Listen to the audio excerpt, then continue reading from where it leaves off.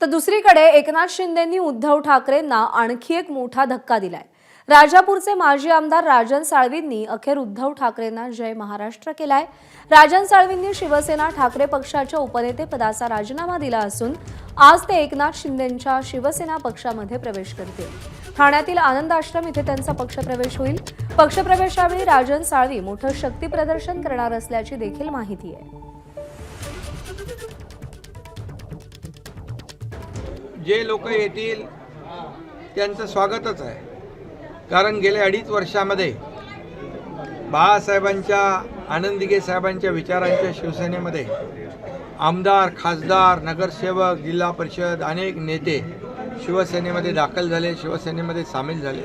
त्यांना बाळासाहेबांच्या विचारांची शिवसेना पुढे न्यायची आहे, वाढवायची आहे आणि म्हणून बाळासाहेबांच्या विचाराने आम्ही सरकार स्थापन केलं। 2.5 वर्ष जे काम केलं ते लोकांना माहीत आहे आणि म्हणून जो विश्वास लोक दाखवत आहेत कामावर, हे काम करणारं सरकार आहे, घरी बसणारं सरकार नाही। एबीपी माझा, उघडा डोळे बघा नीट।